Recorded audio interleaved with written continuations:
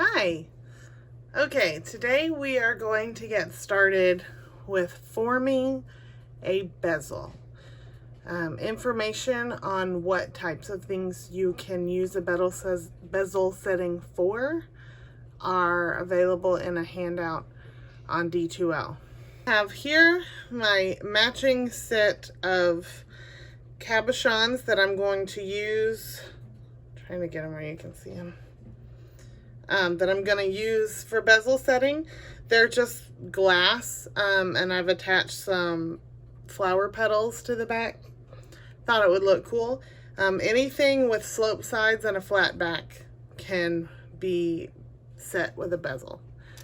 The other thing I've got is some thin metal for making my bezel frame. I will give you a handout that explains how to know what height this material needs to be this way. I believe this is 26 gauge copper. The handout I'm giving you also explains different gauges and why you might use thicker or thinner metal. But this is what I've got. It's already the right height, but it is not the correct length. So on the handout, there is a formula for calculating the circumference of an oval and the circumference of a circle. However, when you're using metal that is this thin, the easiest way to do this is to literally wrap the metal around the piece that you're going to bezel set. I've got my piece here. I have annealed this. There is another video that explains what annealing means. I have annealed it. I'm just going to put it on one side and begin to literally wrap it around.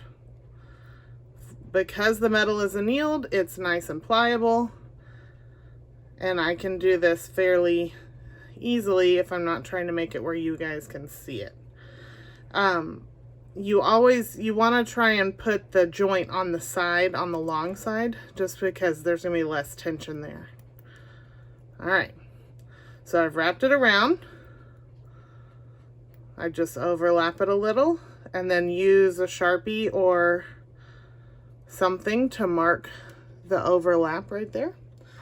I've got handy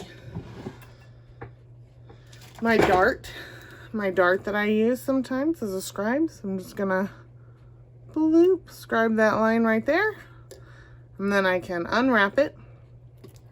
And then this material is actually thin enough that if I'm at home and not in the studio, I can use my regular scissors to cut it. In the studio, we have special scissors for cutting metal because this does dull the scissors. We have special things called shears or snips for that purpose. But here at home, I just have my set of wonky scissors that I just know is going to be used for cutting really thin pieces of metal.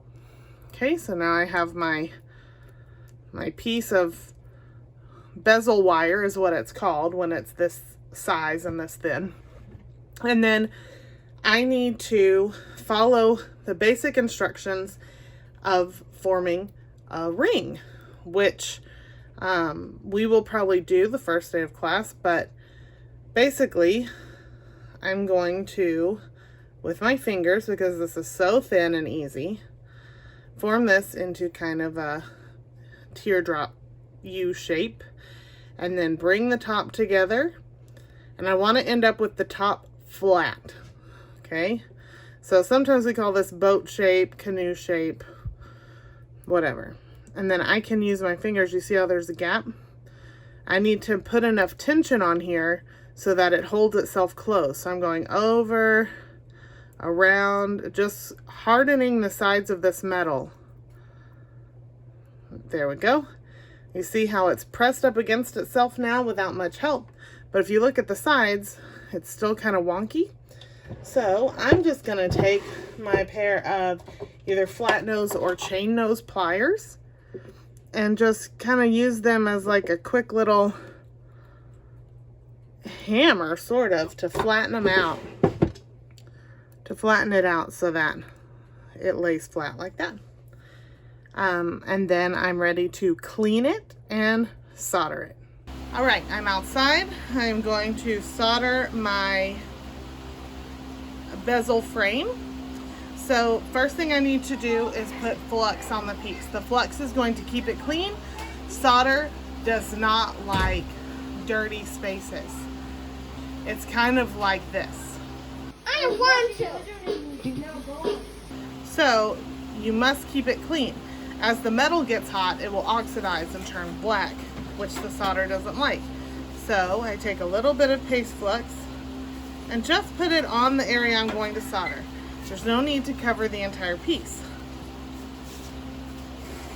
I'm going to do this kind of backwards so you can see. I've put the seam down. It would be facing me if I was not trying to show you how to do it. Now this is teeny tiny, so I'm going to get the smallest solder pallion.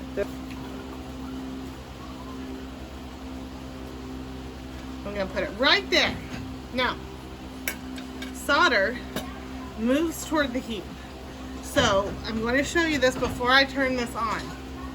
I'm going to heat, but then I'm going to heat from the back. As the solder flows, it's going to go toward the heat through the seam and join the metal together. So, turn on my torch. It's really kind of hard to see outside, but it's on there. Go around. You see how the flux kind of turned toothpastey? Keep going.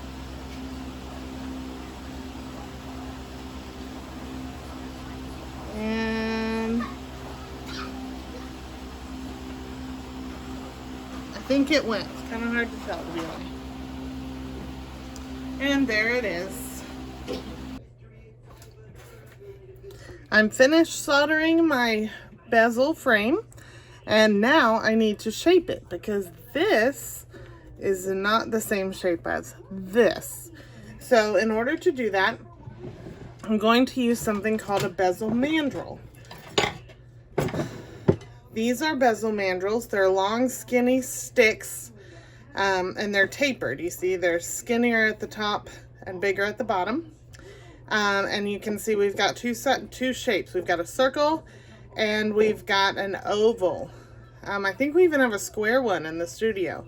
So it all depends on the shape of the object you're setting.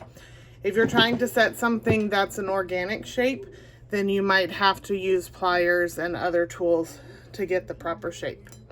So I'm going to begin by sliding my form down, and this barely fits. It's right here at the very bottom of the ring mandrel.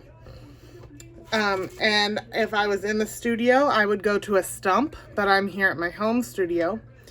So what you need to do is take a rawhide mallet and very gently tap and turn.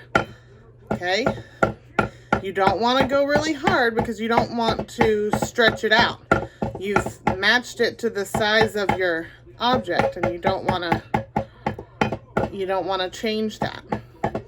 And I'm using kind of sweeping motions because I don't want to create lots of little divots. And mine is actually shaped a little differently than this mandrel. So I'm going to make use of some of these top corners, some of these corners here.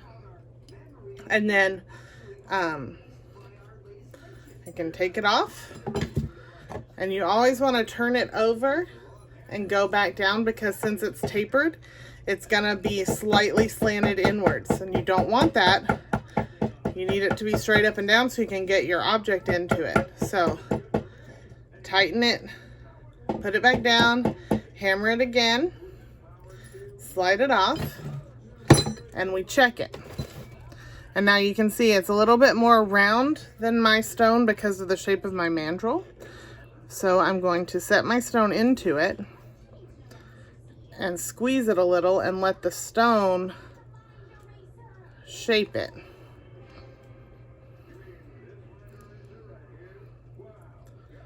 Almost there.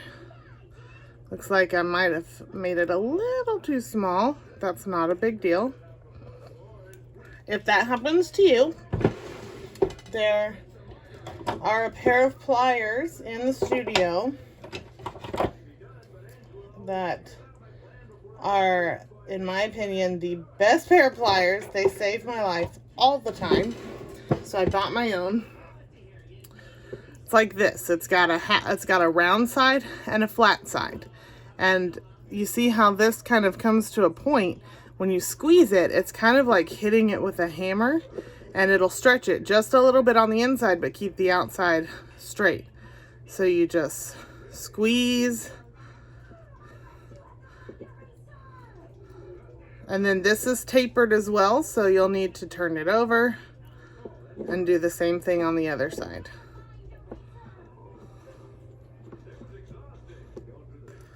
Not quite there, almost. You need to be able to get your object in from the top. And that is because once this is soldered down, you're only going to have one direction where you can put something into it, from the top. So you need to make sure that you can get your item in from the top so that you're not setting yourself up for failure once it's soldered down. Ah, that slid over nicely. Okay, so here's the test. I put it down and I see if I can get my item in from the top. And I can. See that? It's in there. All right, looks like I have a nice edge all the way around that I can push over and really seal it in. So I just need to do one more thing before I'm ready to solder this down. And that is, I need to sand down the bottom edge to make sure it's completely flat. So I'm going to get a piece of sandpaper. In the studio, we have already set up what's called a sanding board, which are pieces of sandpaper that are taped to a board. But at home, I just take a little sandpaper and I very carefully, so as not to change the shape, I put my finger on it and I gently rub back and forth. And as long as the surface you're using is flat, this will work. This does get hot because of the friction, so you'll need to take breaks. And you can see, if you flip it over, you can see that all these edges have been sanded except for right here. I need to keep going until all the edges show that they've been sanded. That will ensure that it will lay flat up against my bottom piece of metal that I'm going to solder it to. I'm not pressing hard. Again, this metal is fragile. It's soft. I don't want to reshape it. Sometimes going in a circle can help. And this sandpaper here is 320, I believe. You can use whatever grit you want. If this was thicker and heavier, I would use a heavier grit, but I don't want to deform it, so I've gone with a little smoother grit. Okay, you can see that all the edges have been sanded, and I have already cut out a piece of metal that I'm going to use for the back, so I set it on there. And I just make sure that I can't see any light coming from around the joint between the two, and it looks like it's sitting flat. This bottom piece has been annealed and then flattened. I have cut off excess material. It was a bigger piece. And then I'm going to cut a little loop into it, so I'm leaving some excess material here at the top so that I can make it into an earring later, which I will show you after I'm done soldering. All right, so this is annealed, the bottom piece is annealed. They're both flat, they are both clean and ready to solder.